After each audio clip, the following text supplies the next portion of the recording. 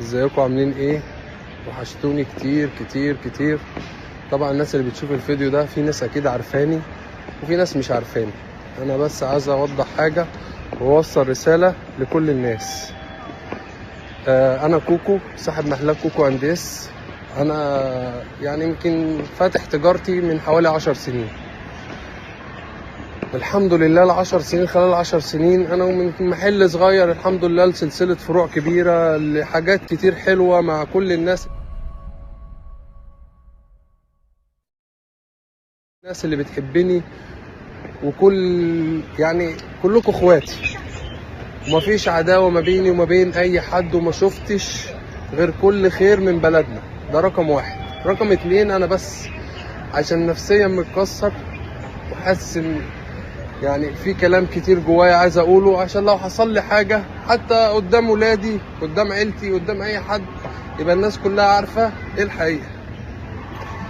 انا في الصين وراجع مصر اواجه المشكلة دي. طبعا الظروف اللي حصلت لي في الصين، طبعا كل حاجة هقولها لكم في الفيديو برضك. انا سافرت الصين 5/9. 3/9 انا في تاجر بتاع موبايلات. طبعا انتوا عارفين انا شغال في الموبايلات من فترة، من سنة ونص او سنتين. 3/9 في تاجر اسمه هيثم الطحلاوي واحمد الطحلاوي، من احسن الناس، مش هقدر اقول في حقهم غير كل خير. ناس محترمة جدا جدا جدا وما شفتش منهم غير كل خير. شغال معاهم في الموبايلات بقالي اكتر من سنة ونص. طبعا اللي حصل 3/9 انا كنت بجيب بضاعة ملابس اطفال، وراجع في الطريق لقيت الحاج هيثم الطحلاوي بيكلمني. السلام عليكم يا كوكو. وعليكم السلام يا عم الحاج، عامل ايه؟ تمام الحمد لله ربنا يبارك لك. قال لي انا استلمت شغل موبايلات النهارده. تمام يا عم الحاج، ايه اللي استلمته؟ طبعا انا شغال معاه في انواع، هو صاحب شركة استيراد وتصدير للموبايلات عامة يعني، وكل ده موجود وكل ده هو قاله في المحضر، او الناس اللي جت في المحضر اتقال كل اللي بقوله ده بالكلمة هو اللي حصل، ولا في كلمة زيادة ولا في كلمة اقل. بس انا حابب اطلع الفيديو ابراء ذمة ما بيني وما بين الناس اللي بتحبني وما بين ربنا وعيالي. لو حصل لي حاجة يشوفوا الفيديو ده يعرفوا ان ابوهم فعلا عمره ما عمل حاجة غلط. اللي حصل كالآتي: قال لي في تابلت سامسونج مصادرات جمارك. قلت له تمام يا عم الحاج. التابلت ده قال لي في كمية منه وجاي مصادرات جمارك ومعاه الافراج الجمركي. قلت له تمام يا عم الحاج، كل اللي تجيبه انت كويس وانا عارف انت طبعا ده شغلتك وتمام. تمام. قال لي ابعت لك شغل. قلت له لو هتبعت لي ابعت لي شغل النهارده بالليل عشان اعمل عليه لايف قبل ما اسافر الصين، عشان انا مسافر الصين 5/9. وده اللي حصل. بعت لي التابلت يوم 3/9 بالليل. 3/9 بالليل طبعا الواحد مجتهد في شغله وبيعمل كل استطاعته عشان يفيد زبونه. 3/9 بالليل بعت لي البضاعة. بعت لي البضاعة المحل 500 جهاز. طلعت عملت عليهم لايف مع الانواع اللي انا بعملها. طبعا الجهاز اللي انا خدته جايب كراتينه ولا عليه برنامج وزارة التربية والتعليم ولا عليه اي حاجة. وطلعت عرضت البضاعة وما عنديش اي مشكلة. و4/9 تاني يوم الصبح طبعا اي لايف بشوفه بقرا التعليقات بتاعته، بشوف الناس بتقول ايه ورأيها ايه، في تعليق سلبي في تعليق ايجابي.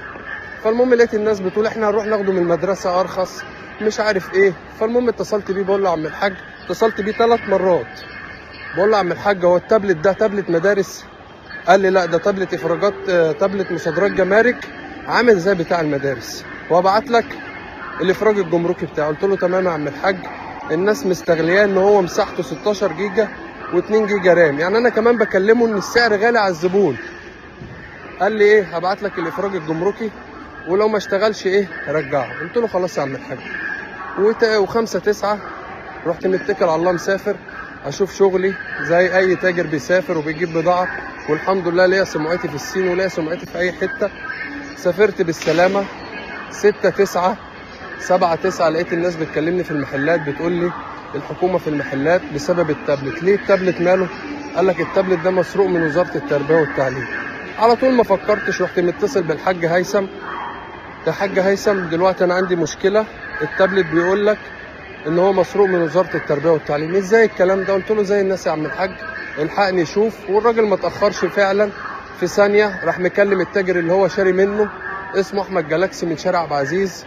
يا حاج احمد التابلت فيه مشكله والحكومه في محلات كوكو انديس.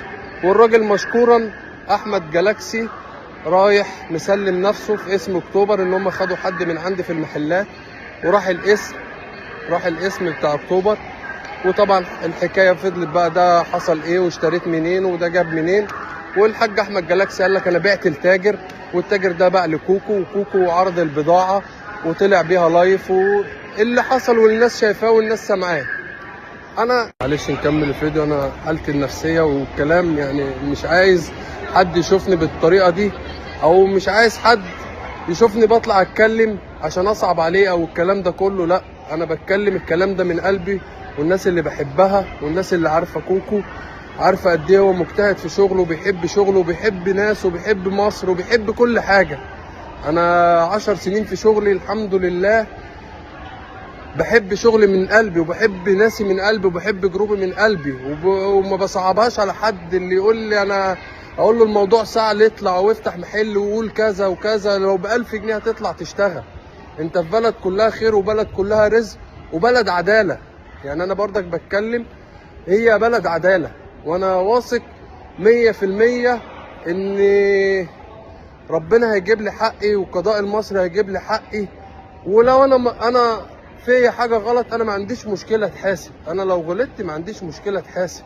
بس هات الناس اللي هي خلتني اغلط، هات الناس اللي هي خلتني اقع في المشكله دي، هات الناس اللي هي حطتني في المشكله دي. انا ما عنديش، انا عايز كل واحد ياخد حقه. انا غلطت اتحاسب. انا نازل مصر واخد حكم 15 سنه، بس انا نازل اواجه وانزل اشوف المشكله اللي انا مش هربان. انا ان كنت قعدت الفتره دي في الصين، انا برضك هقول لكم بسبب ايه. انا حصل لي هنا حادثه، عملت حادثه كبيره، يعني هو ربنا رايد بكده.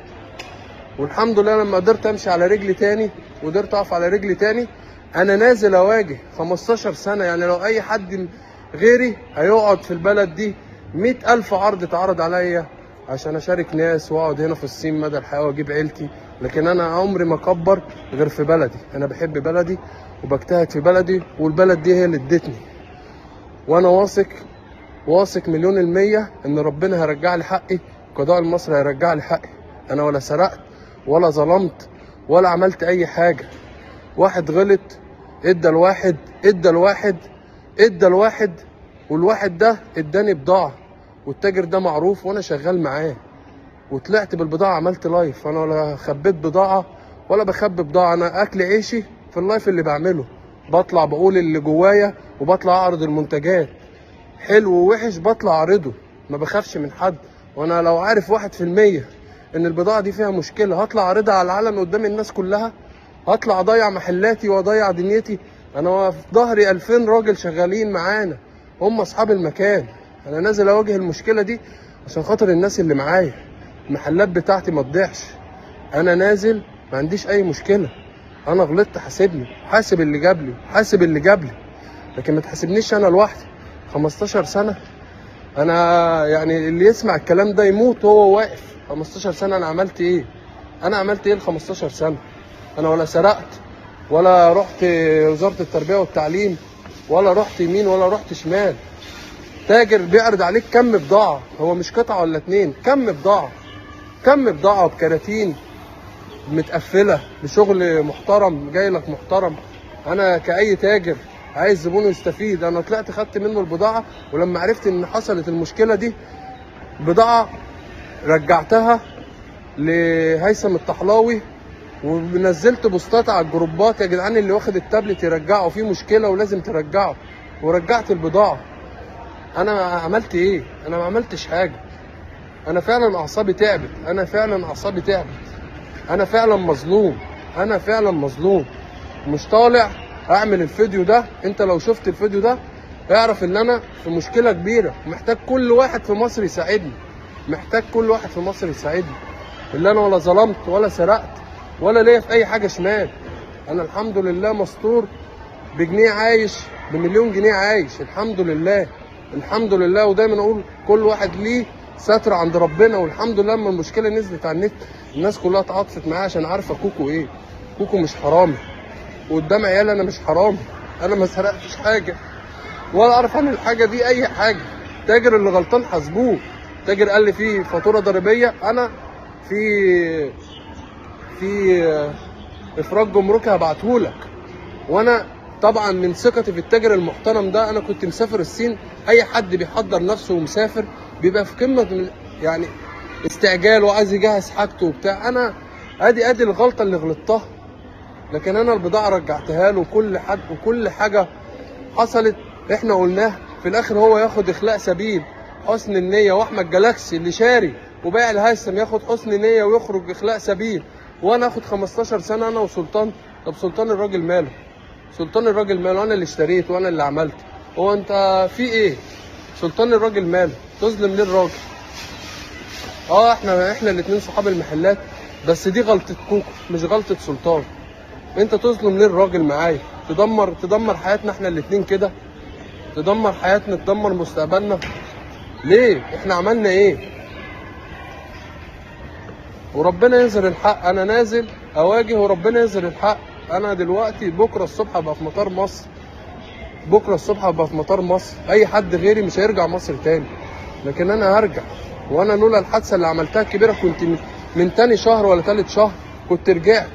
وبرضك ما رضيتش اسيب الصين غير لما اخلص كل حساب. راجل بيديني بضاعه هناك، الناس بتديني بضاعه من غير ورقه، واديت لكل واحد حقه. يعني اللي بيفكر في حاجه غلط ما ياخد بضاعه من الصين وما يرجعش الصين تاني. انا بمثل مصر قدام الناس الصينيين. الناس كلها هنا بتحبني والناس كلها بتتعامل معايا. انا لما واحد جاب سيره واحد مصري عليه فلوس ما دفعهاش، رحت له لغايه مكانه قلت له ازاي تعمل كده؟ طب ايه اللي حصل؟ احل لك مشكلتك بالراحه. كان ممكن يعمل معايا مشكله ويمسكني انا مكان ما انا اللي جاي بتكلم، لكن انا رحت وواجهته قلت له ازاي ترفع صوره واحد مصري والكلام ده؟ انت ليك ايه؟ يمكن انت اللي غلطان، انا افهم فيه ايه. لكن انا ولا بسرق ولا ليا في السرقه ولا ليا في الكلام ده كله. واللي غلط يتحاسب. حاسبنا كلنا.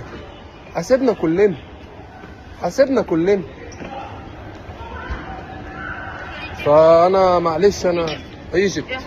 اوكي استاذنكم بقى عشان الطياره طالعه، وادعوا لي واللي عايزه ربنا هيكون.